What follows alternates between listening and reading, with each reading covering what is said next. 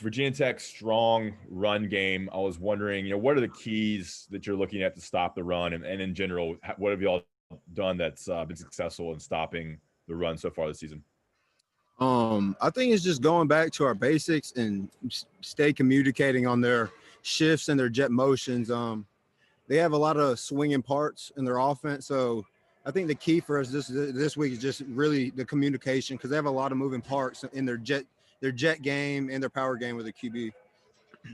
What's worked well for y'all, you think, so far in stopping the run? What do you think you've done well with the front seven? Oh, I think it was just heating them up with our blitzes, our exotic blitzes, that the new packages we put in this fall camp have been working really good for us these past 2 weeks. So I think the exotic blitzes that we put in this fall camp have really helped us this season. Thank you. All right, let's go to Greg Barnes.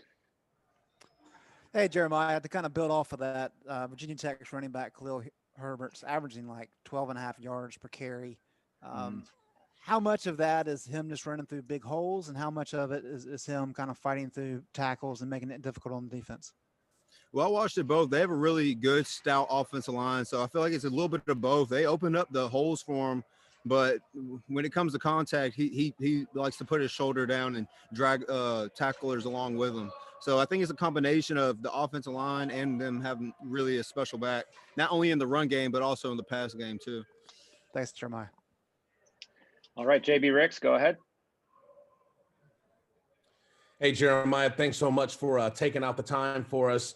Your fellow teammate Chaz Surratt said after the BC win that there were a lot of moments throughout the game where you guys were getting frustrated because you weren't blowing out the opponents the way that you felt like you should be. Is this Virginia Tech team an opponent that you guys kind of like need right now at this point of the season, considering everything that you've been through and knowing that you're going up against a quality opponent, that it's not going to be a situation where this is going to be a game that should be over by the third quarter or whatever? This could go down to the end. Is this the type of game you guys need at this point of the season? I mean, absolutely. I think we need to look at every single game the same week in and week out, because one loss during this college football season can be tragic. It could end up taking us out of the seeding for the ACC championship that's ultimately our goal. So, I mean, yeah, I think this is it's an important win. It's as important as the very next one. Every single week, we just want to go 1-0. All right, CL Brown, go ahead. Hi, Jeremiah, I was curious, when you face a back like Khalil, he's like 5'9", how difficult is the vision sometimes just on, you got offensive linemen that are like 6'5" and things like that across the board. So how difficult is it sometimes just to see him where he's at and where he looks like he's headed? I think it's really difficult, but throughout these past couple of years of being on the team, I mean, we got Michael Carter on our team, a fast, short scat back. So I think on defense, I think we have plenty of reps with it, especially with Michael Carter back in the back. I don't know if you're gonna get a better 5'8" back in the country than what Mike's giving you. So I mean, yeah, the size of the back definitely matters, but I think reading the offensive line's steps and their get off is something that we're gonna have to be keyed into this week.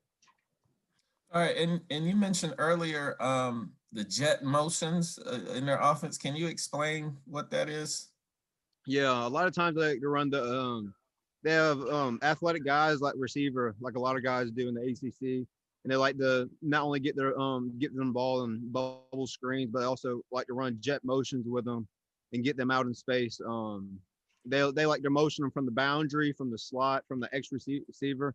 So that's what I was talking about, a lot of moving parts with their jet motions. And sometimes they don't get the ball. Sometimes it's two separate plays in one. Sometimes they'll fake the jet and run a QB power or inside zone. So you just got to be cued in, and whoever's on the one side of the ball and whoever's on the other side of the ball just have to stay in their gaps and play their responsibility. All right, thank you. Okay, Brennan Marks, go ahead. Hey, Jeremiah, thanks for taking the time. I'm just going to follow along this same train. What Jay Bateman said yesterday, that they create conflict. I'm assuming that's what you mean with all the motion and multiple things that they do. it depends on the coverage, I'd assume, but what does it look like for you when you're trying to read some of that motion? Like, are you just trained on the quarterback? How do you sort of go through the process of evaluating, where you're supposed to go on a given play like that? I mean, every play is different. I mean, for any linebacker, it starts off you want to scan, especially the formation. You want to scan. Sometimes I'll move the front if it's 3-by-1, or if it's 2-by-2, we'll stay in our base defense. So for me, it's just reading the formation when they come out, and then seeing if there's an X receiver off, if there's a slot receiver off, and when they're off, that gives me a little hint if they are going to motion or not. So I mean, you just gotta, before the play even is ran, you just got to diagnose where the receivers are and if they're on the ball or they're off the ball. Based on what you see, how much latitude do you and Chaz and I guess everyone else on the defense sort of have to adjust the play call, maybe based on something that you're seeing? Yeah. Well, with the jet motions, there's a lot of times two different plays in one. So really the defense is split in half, and really it's one person misfits, it can be an explosive play. So each people on both sides of the ball just need to stay in their gaps and play their responsibility, and don't get too anxious and hop out of the gaps and let them bust them. So as long as everybody communicates and stays in their gaps, I think we'll be in great shape. Thank you. Okay, last one, Gregory Hall, go ahead. Jeremiah, what have you seen out of Kamen Rucker? It seems that he's earned a lot of trust from Jay Bateman and the defensive coaching staff so far this season. Oh, absolutely. I mean, like a lot of our freshmen, he came in wanting to learn the defense immediately. I mean, he was in the film room every day with either Tomari, Tamon, whatever position he was learning. If he was at the end spot or if he was at the 4-eye, he was always in the film room wanting to get better. And even at practice today, like, he'll grab me off to the side and ask me, hey, so Jeremiah, what do I have right there here in this 3-by-1 formation? And they motion over the 2-by-2. And to see that from a freshman, it speaks volumes. I mean, the kid's ready to learn. I mean, he came in really ready to play. I mean, he's about 260 and he's strong at the point of attack. All right. And what Jeremiah, do you think he needs to? What do you think he needs to improve on moving forward? Part of his first step, when his first step's fine when in our base defense, but when there's a lot of moving parts, maybe his first step when they motion into a say we're in a 3-by-1 and they motion to a 2-by-2, he has a different stunt step than he would in a 3-by-1. But I mean, that's just the learning process that comes along with it. Besides that, there hasn't been many flaws that I've seen from him. Watching tape from the Boston College game, he didn't really have many MIAs at all. He fit his gap and did a responsibility really good. Thanks, Jeremiah. No problem. All right, Jeremiah, thanks so much for your time today. Thank you. Yeah, have a good one. Hey, Tomari. Hello, how are y'all today? Doing well, thank you. Hope you are. We will lead off with Jacob Turner. So Jacob, go ahead. Hey, what's up, Tomari? Quick question about the Virginia Tech quarterback situation. I know they've played a couple guys already this season. Hendon Hooker's yet to play. I know Justin Fuente also came out yesterday and said that he does expect him to play this weekend. How are you guys kind of preparing for the multiple quarterback looks that you might see on Saturday? Well, all three are very good. All three are very capable of playing. Any one of them can dime us up, damage us. So we got to really prepare for all of them. Last year, we kind of got to see the two, Hooker and Patterson. We haven't seen the Oregon transfer much, so we're watching a lot of film on him. He's the guy we've been mainly seeing so far. But just trying to prepare for all of them as best we can through watching film, analyzing strengths and weaknesses, who's more pro to do this, who's less likely to do that, kind of getting a feel for tendencies and things like that. Thanks, Mark. Appreciate it. All right, Andrew Jones, go ahead. Hey, Tomari. What is the most challenging aspect about defending what they do on the ground? I know they had a lot of success last year late when Patterson came in, just kind of running power at you, but they do a lot of different things. What is the most challenging part of what they do? They got a pretty big and stout offensive line. Running backs are very explosive. They're both really good guys. Both of them, can hit their head on the goalpost and things like that. Quarterbacks can use their legs, so it's all about playing our technique, being sound, falling back on fundamentals and things like that. Trying to play our ball and not playing their game. when you look at Khalil Herbert on tape, how some backs are better when they get into the next level, the second level, or some of them are better right around the line of scrimmage because they're power guys. How would you characterize where his strength is around the area where you might actually interact with him? I think he's a good back overall. I mean, definitely very explosive, definitely very strong, definitely will, put that shoulder down and make cuts on stretch and things like that. So, I mean, as far as I go, straight at the point of attack and things like that, just got to play in the backfield, things like that. Can't really get into a dancing game with him and stuff. Just you got one shot and you can't miss. Because a guy Thank like you, man. that, he could take it to the house. Cool. Thanks. Appreciate it. Ross Martin, you're up. Hey, Tomari, you played every snap, I believe, on defense against Boston College. What's that like? And furthermore, the rotation. How do you see Jay Bateman and the defensive staff kind of rotating players in and out? And what do you think about how that works on the defensive side of the ball? I played a lot of snaps this past game. I didn't really notice it, just kind of in the game, trying to focus on things like that. But as far as, Coach Bateman and rotating guys in and out, it's crazy to see people just shifting back and forth, rush and, nickel, safety, corner, things like that. Everybody just kind of sliding around, giving different looks and things like that. Even I, going from a 5 to a 4-eye, playing a 3, playing a 0. So, I played a lot of snaps, but I also gave a lot of different looks, and so did my teammates. I feel like that's what kind of Coach Bateman wants. He wants the people who could play the hardest, and not that anyone could have summed me out, because, anybody could have summed me out. But, when you're that deep in the game and things are kind of closer than we want it to be, you just got to kind of lean on your guys, and you don't want to change things up too much because you want the people in who have a feel of what's going on. Cool. Thanks, man. All right, JB Ricks. Hey, Tomari, thanks for taking out the time. I wanted to ask you about the defense specifically. Chaz, actually, I think it was Chaz it was Sam who said that Chaz told him during halftime of the Boston College game that the defense wasn't going to allow them to score anymore or whatnot, I guess trying to motivate him because of the inconsistencies that have been seen, on the offensive side of the ball. What role as a whole does this defense want to play for this team, especially with all the expectations you guys have bestowed upon you? Expectations aren't really something that we worry about a lot. In-house, we just kind of focus on getting better each and every day. Our offense, they're great. A lot of people have the game plan against our playmakers on offense and things like that. So we're just finding ways around it, finding a way to get the ball to people in different kind of ways, whether it's, handoffs, throwing it to them, swing passes, stuff like that. So, I mean, during halftime of the game, we want to motivate everybody. We felt like, there were opportunities in the game where we definitely could have put them away. Boston College was a very tough team. And so we just wanted to take the opportunity in the locker room to, let's not take our foot off the gas. Let's come out even stronger than how we started the game. But our offense, they're fine. We know who we are as an offense, and as a defense as a whole, we believe in them wholeheartedly and things like that. And we wouldn't doubt them for a second. Any one of those guys can take it to the house at any point in time. They're just finding their way.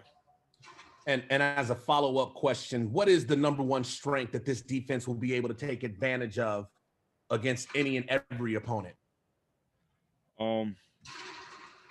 Say falling back on our technique. I feel like we play very hard as a unit. Effort and intensity are two things we like to lean on a lot. So, I mean, effort without being right don't mean nothing. So obviously, we work on our fundamentals each and every day. So I think that's something we could bring to each and every game, is that, if you're going to play against us, you're going to have to play all 4 quarters. That's not even to be cocky, but that's just a mindset we have as a defense is, if we're going to play this game, we have to play the whole game. We can't ever stop, even, who's up, who's down, that doesn't matter. We can't stop playing the game.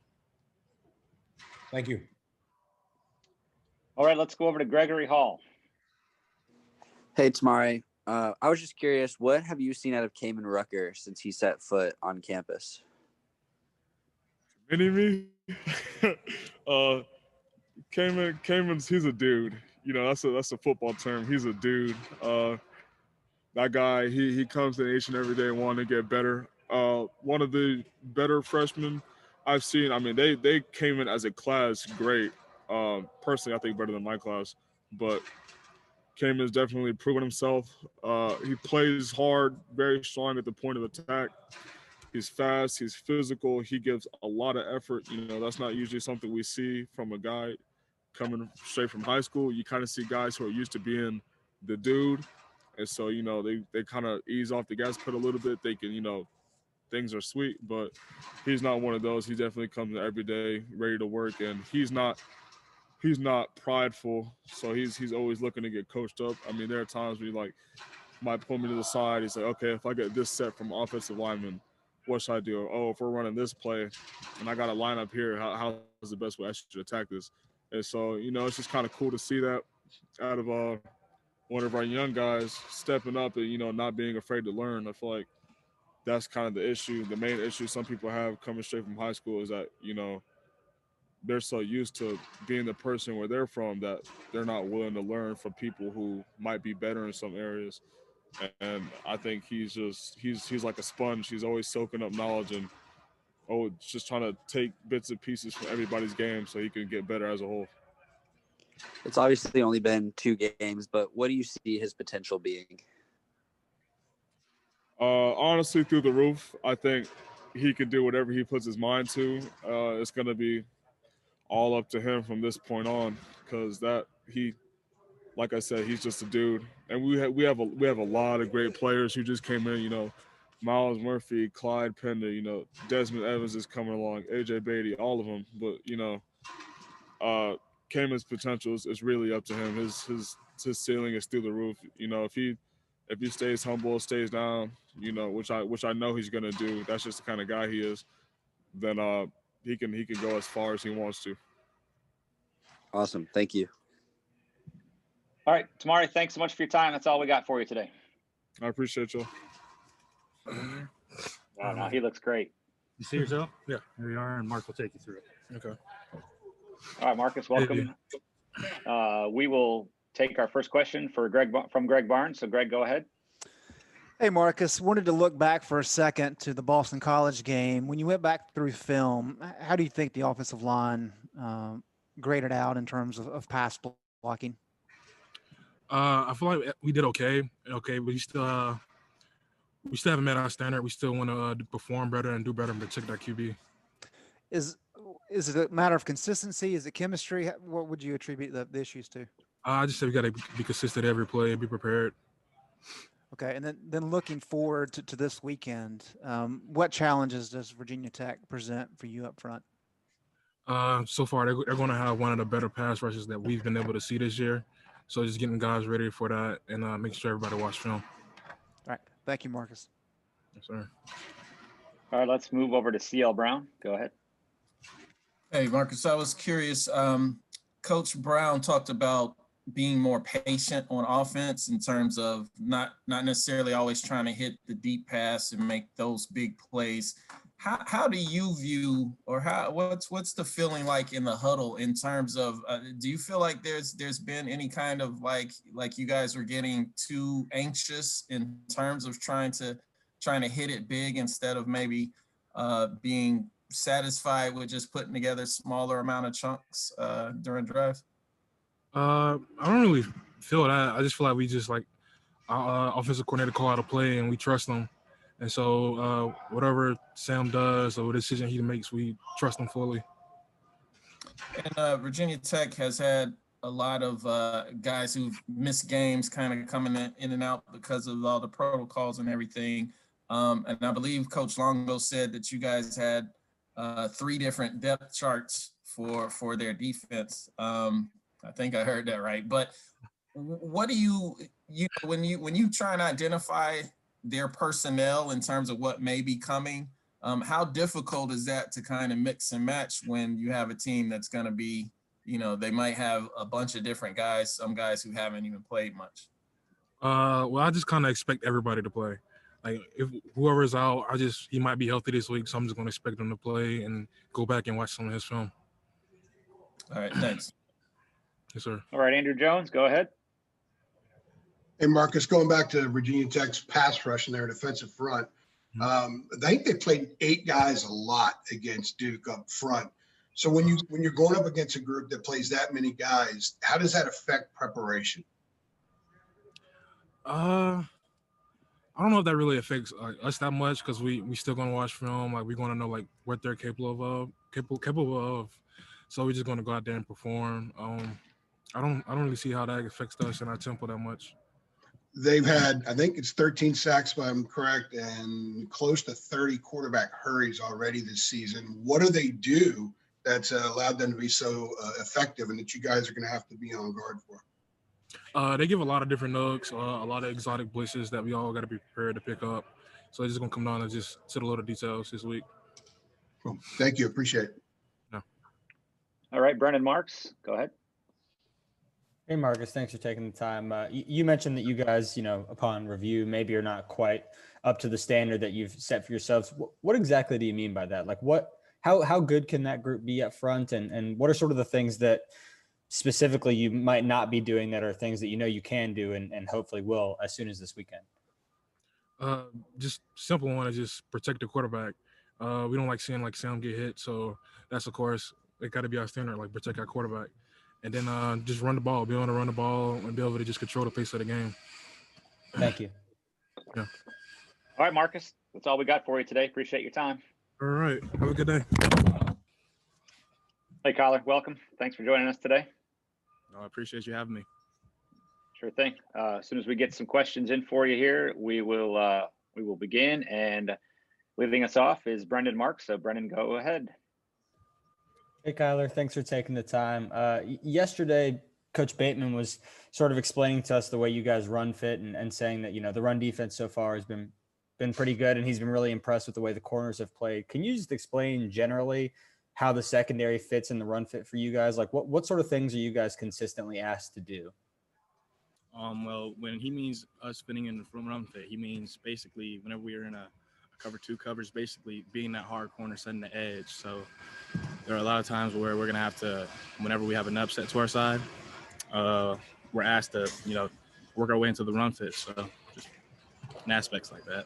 Okay. Does that mean just like fighting through a receiver block, like making sure no one's coming over to the boundary on that side?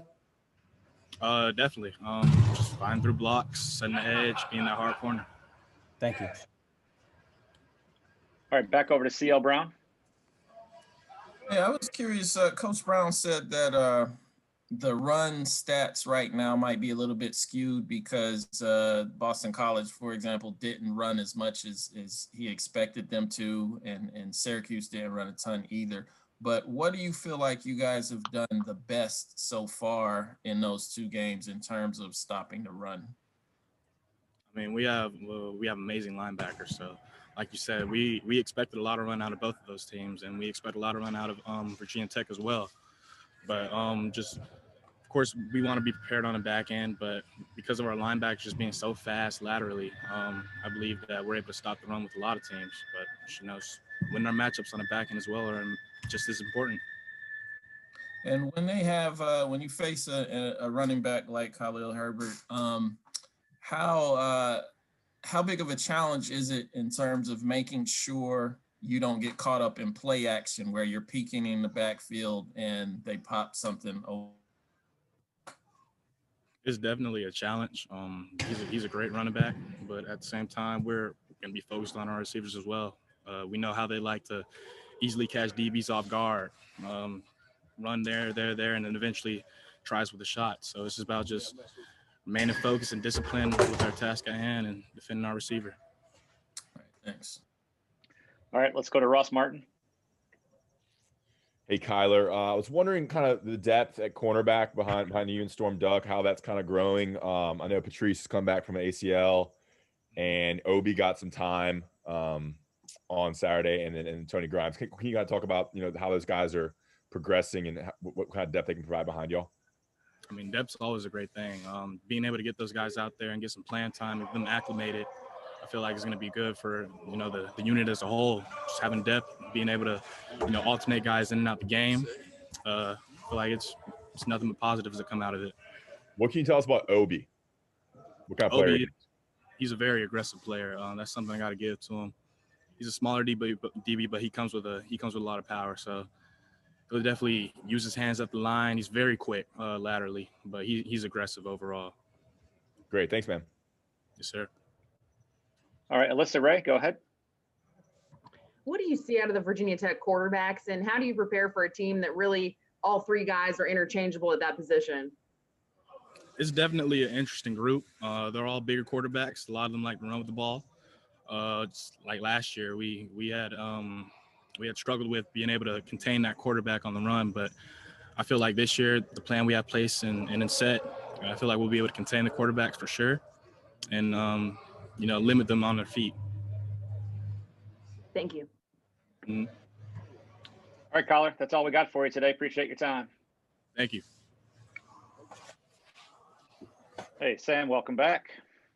How you doing? Doing fine, thank you. We will begin with JB Ricks. So, JB, go ahead. Hey, Sam, what's up, buddy? Thanks for taking out the time. My question for you this morning is, what do you remember from that 6 overtime thriller last year against Virginia Tech? And how much are you guys talking about maybe getting some sort of revenge against them this week when they come to Chapel Hill? Yeah, I mean, the main thing I remember from that game is we had so many opportunities to win the game, and we didn't make the play. There were so many times where there's a lot of people that were in position to make a play to win the game, and we just didn't make the play. So definitely we do want to get that one back, because that's one that slipped away from us last year. But it's a new year, it's a new team, so we're just trying to go 1-0 this week. Thanks, bud. Yeah. CL Brown, go ahead. Hi, Sam. Coach Brown talked about trying to be more patient on offense. He felt like maybe you guys were wanting to pop the big plays a little bit too much in the BC game. How will that kind of play out against Virginia Tech? Like, how do you pace yourself, if you will, in terms of taking what the defense gives you?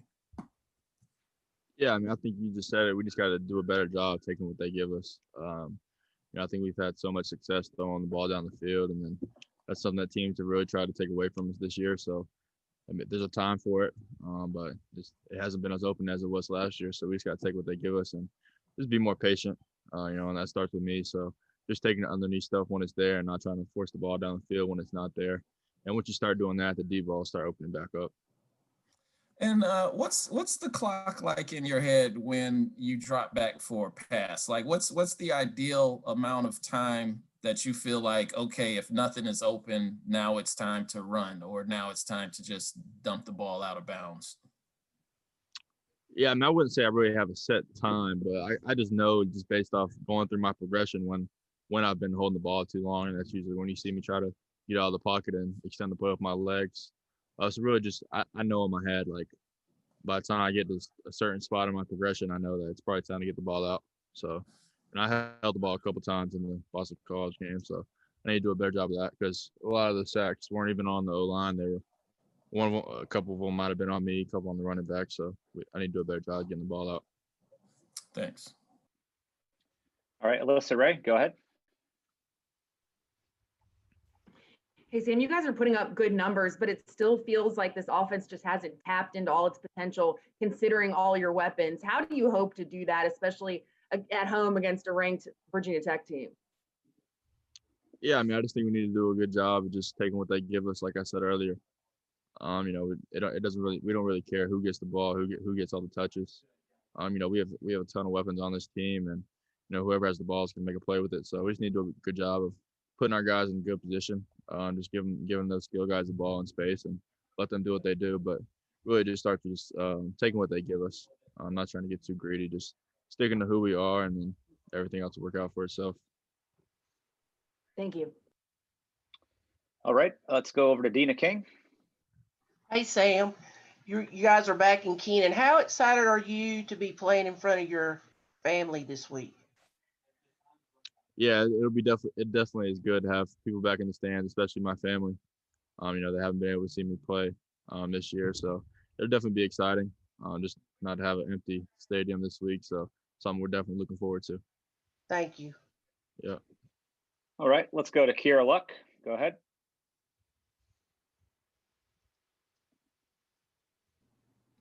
Sorry. Hi, Sam.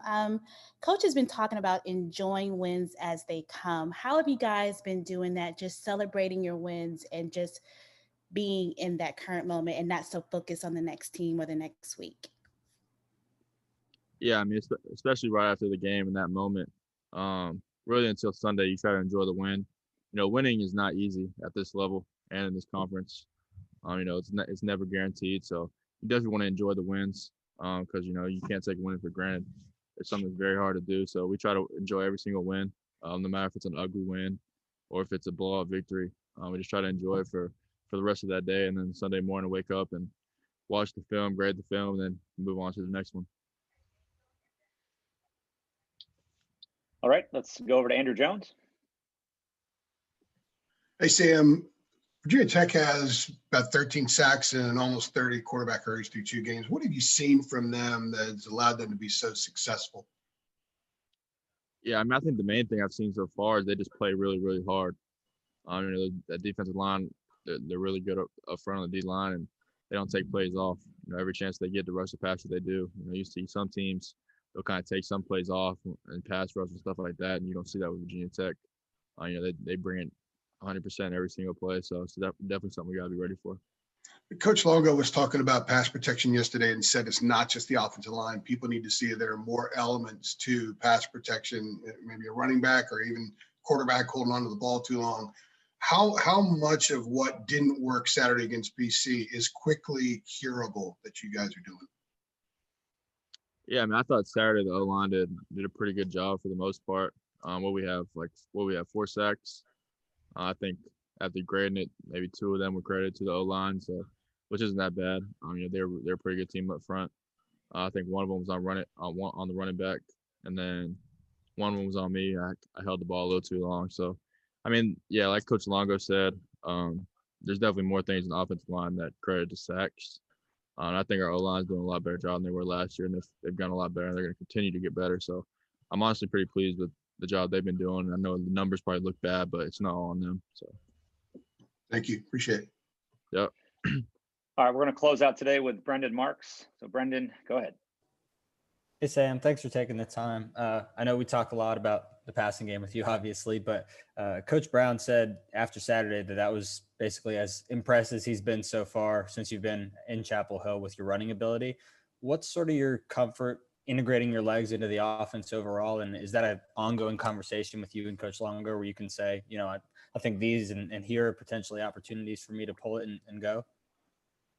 Yeah, I mean, definitely the quarterback run is a part of this offense. You know, for certain reasons, it was kind of limited last year. But I definitely have the green light to run this year when I can. So really just whenever they give me some space, I just try to take advantage of it. There was a couple third downs where I really didn't really see anybody open. So I just kind of use my legs to go get the first down. So whenever I can make a play with my legs, I try to. That's kind of a lot of what I did in high school. So it's kind of normal to me. So, yeah. Did you first learn how to slide in high school? Or I know some quarterbacks have like funny stories about how they first learned how to do that in game, at least. Yeah, I mean, it's still kind of new to me. I never slid in high school. Okay. Yeah, so I mean, I was kind of bigger than everyone else I was playing, so it really wasn't a good idea to slide. But yeah, it's definitely still kind of new to me. Just kind of it's like I'm trying to run instinctively, and then right when I'm about to have contact, you got to slide. So you'll see sometimes I don't even slide just because it's hard to just like think about it while you're on the move. So it's definitely something I'm trying to get better at. Thank you. Yep. All right. Thanks, Sam. Appreciate your time. Appreciate it, guys.